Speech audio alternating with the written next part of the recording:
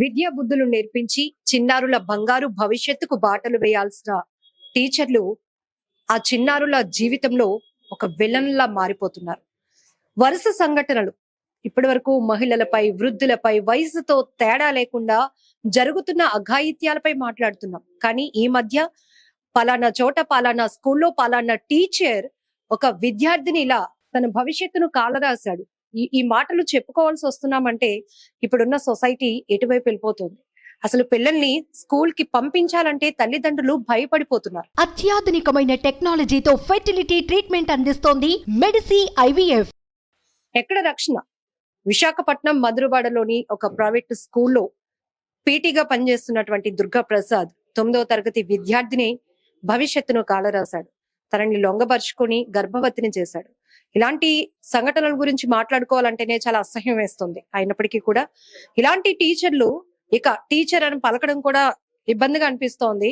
So 9వ తరగతి అంటే అమ్మాయి చక్కగా స్టడీస్ మీద కాన్సన్ట్రేట్ చేయాలి. అమ్మాయికి మంచి ఫ్యూచర్ ఉంది. సో ఏదైనా వాళ్ళ ఫ్యూచర్ కి సంబంధించి గానీ, స్టడీస్ కి సంబంధించి గానీ, ఇలా ఫిజికల్ పీటీస్ గా ఉన్న వాళ్ళు స్పోర్ట్స్ వైపు ఎంకరేజ్ చేసి వాళ్ళకి ఒక గైడ్ గా మారాలి. కానీ ఇలా విలన్లుగా మారటం అంటే అసలు ఈ సంఘటనపై మాట్లాడడానికి మనతో పాటు మహిళా చేతన నుండి కత్తి పద్మ గారు ఉన్నారు. మేడం తో మాట్లాడదాం. మేడం, చాలా విషయాలు ఇవి మనం డిస్కస్ చేస్తూనే ఉన్నాం.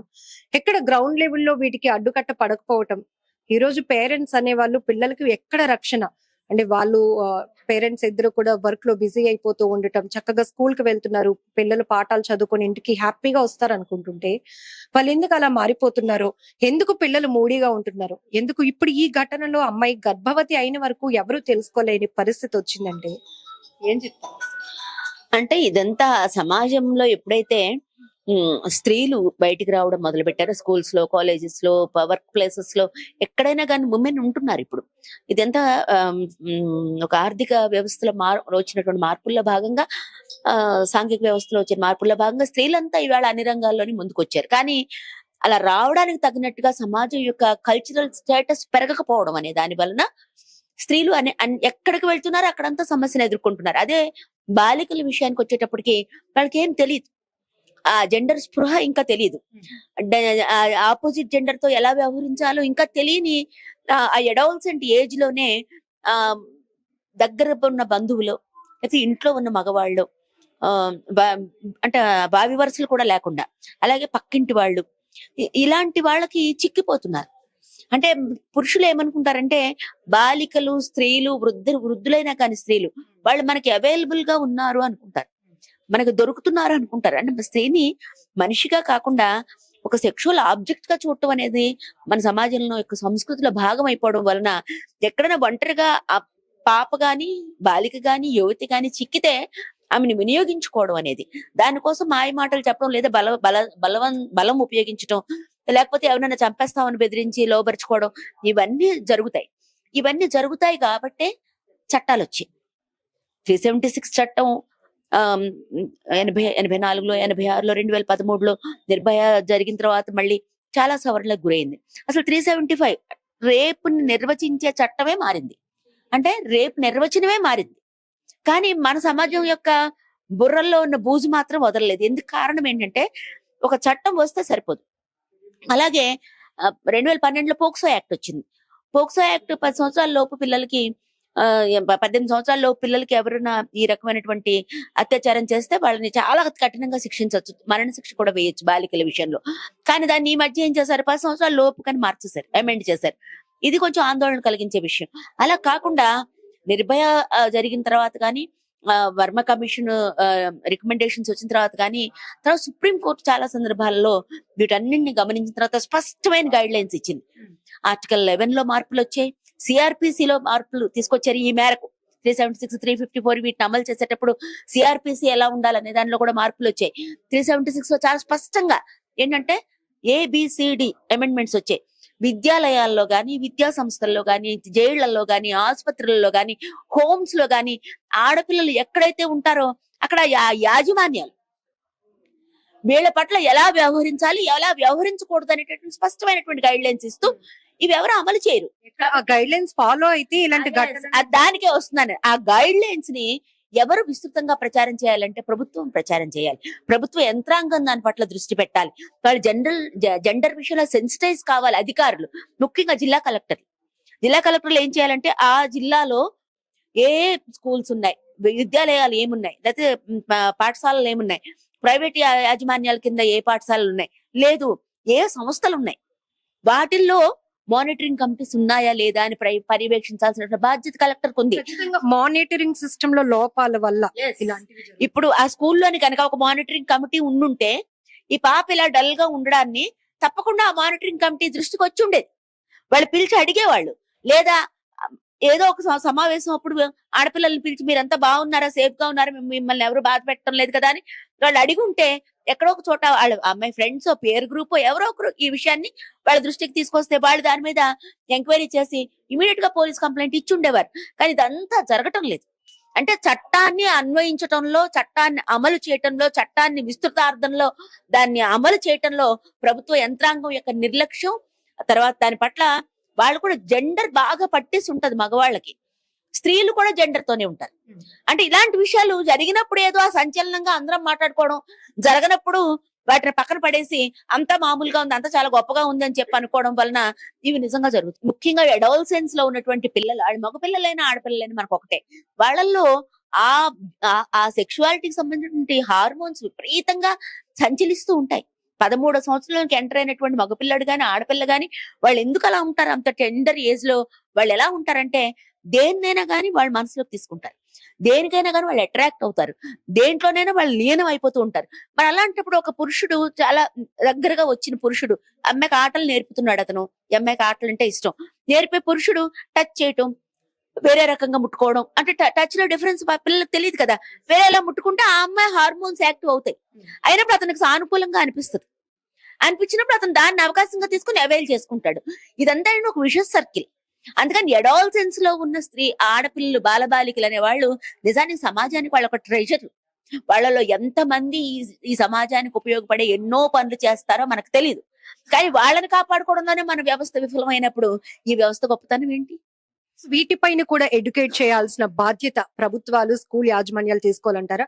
చూడండి, మనం చాలా సార్లు ఇంతకు ముందు కూడా మాట్లాడుకున్నాం, పిల్లలకి ఈ రోజు ఫోన్ గానీ ఈ యాక్సెస్ విపరీతంగా పెరగటం వల్ల గుడ్ టచ్, బ్యాడ్ టచ్ ఇవన్నీ మనం తెలియజెప్పాలి. సో అప్పుడు వాళ్ళు కౌన్సిలింగ్ గా వాళ్ళు కొంత స్ట్రెంగ్త్ అయ్యి ఏమైనా వాళ్ళకి అన్యాయం జరుగుతోంది, ఇది మాకు నచ్చలేని స్థితిలో మనం స్కూల్లో, కాలేజ్ లో ఉన్నామన్నప్పుడు పేరెంట్స్ కో లేకపోతే స్కూల్ మేనేజ్మెంట్ దృష్టికో తీసుకువెళ్లే పరిస్థితి. సో ఎడ్యుకేట్ చేయాలి అంటారా? తప్పకుండా. ముఖ్యంగా తల్లిదండ్రులకు కూడా ఈ స్పృహ ఉండాలి. ఇన్ని జరుగుతున్నప్పుడు మన ఇంట్లో పిల్లలకు జరగదని ఎవరు అనుకోకండి తల్లిదండ్రులారా. ఎవరి పిల్లలకన్నా జరగచ్చు, ఏ మహిళకన్నా జరగచ్చు.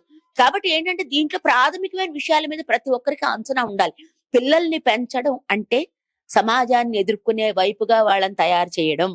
అంతేగాని ఇంజనీర్లు అయిపోవాలి, డాక్టర్లు అయిపోవాలి, ఇంజనీర్లు అయిపోవాలి, డాక్టర్లు అయిపోయి ఈ గోల కాకుండా మనుషులుగా వీళ్ళు ఎలా నిలదొక్కుకోవాలి ఈ సమాజంలో, మనుషులుగా వాళ్ళు ఎలా విత్ స్టాండ్ అవ్వాలి ఈ సమాజంలో అనే దానికి ముఖ్యంగా ఆడపిల్లలకి తల్లి తండ్రి ఇద్దరు కూర్చోబెట్టి చెప్పాలి.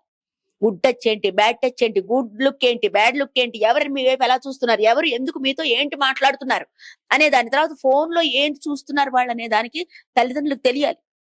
తల్లిదండ్రుల దృష్టిలో లేని విషయాల్ని పిల్లలు చూడటం, అందుకని అంత పోర్నోగ్రఫీ అంతా అందరికి అందుబాటులోకి వచ్చేసింది.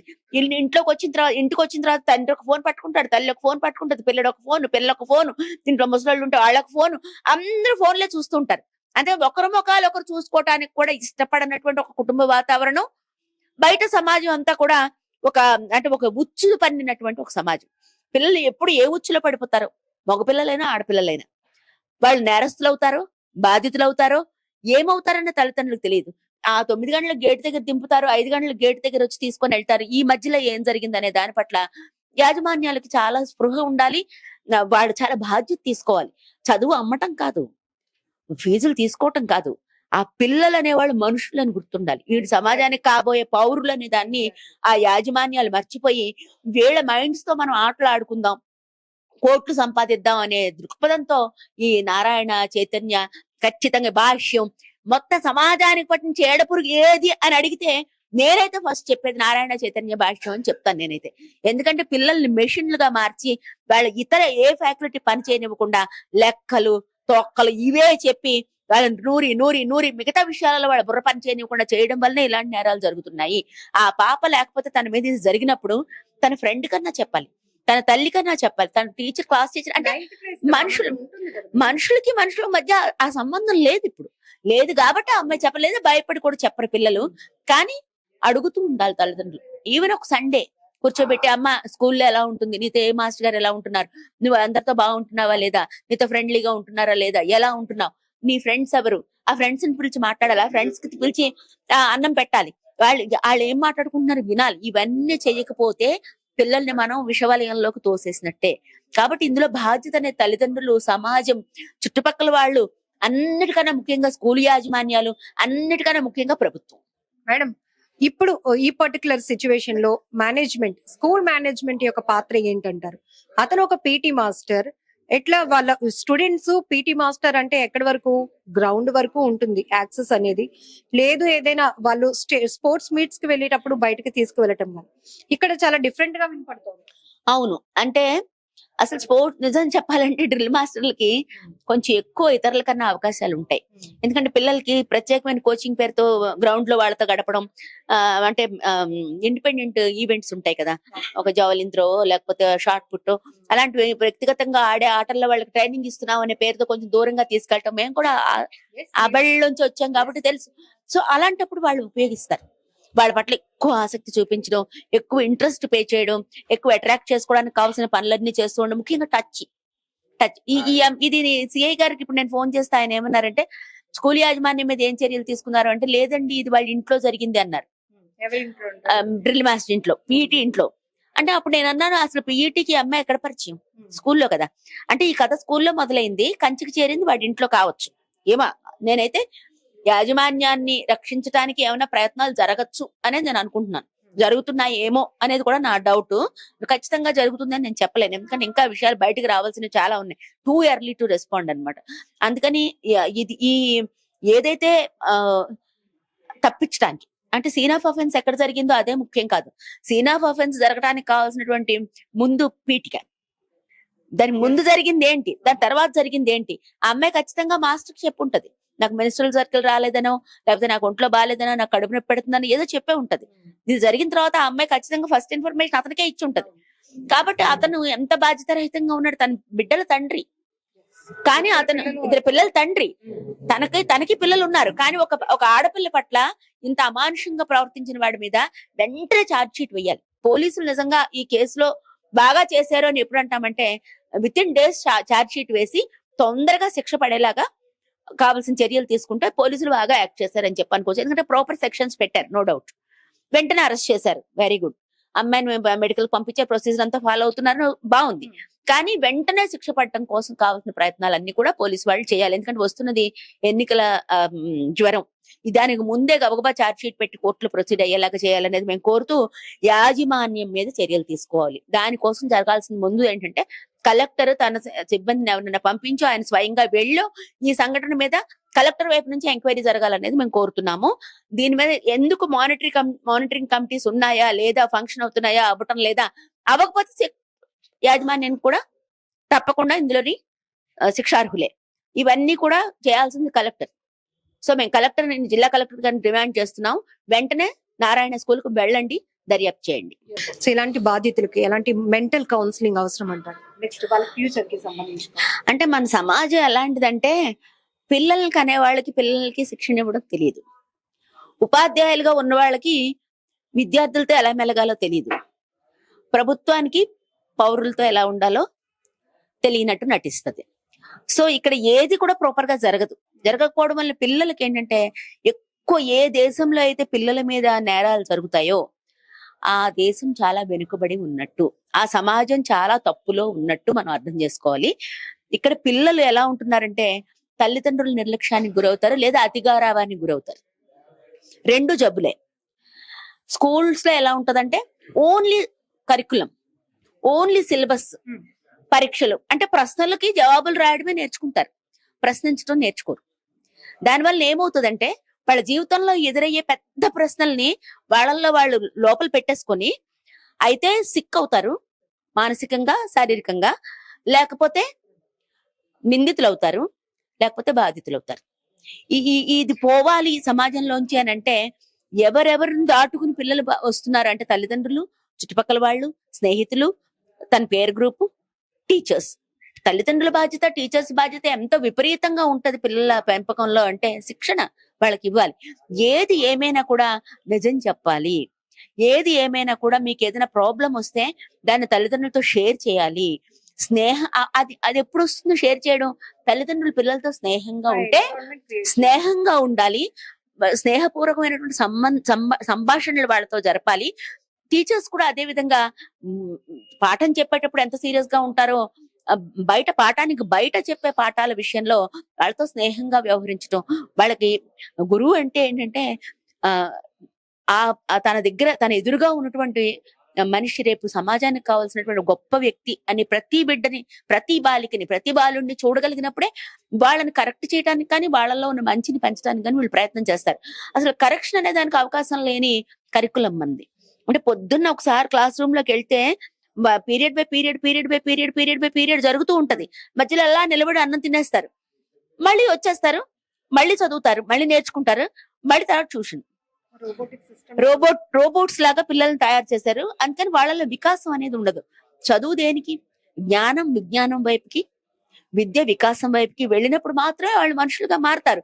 ఆ శిక్షణ అనేది స్కూల్స్ లోని, పేరెంటింగ్ లోని, చుట్టూ ఉన్న సమాజంలోని ఈ స్పృహ ఉన్నప్పుడు మాత్రమే ఈ నేరాలకు అడ్డుకట్టబడుతుంది. తప్పితే ఏదో తప్పు చేసిన వాడిని ఒక శిక్ష వేసేస్తే తప్పు చేయని వాళ్ళు బోల్డ్ మంది ఉంటారు. కాబట్టి ఇంకో తప్పులోకి వాళ్ళు ఒకరి తప్పు ఇంకొక ఈ తప్పులకు కారణం అవుతుంది ఈ సమాజంలో. సో ఈ శిక్షణ అనేది మాత్రం నిజంగా చాలా అవసరం. ప్రశ్నపత్రాలకు సమాధానం రాసే పిల్లలుగా మార్చకండి.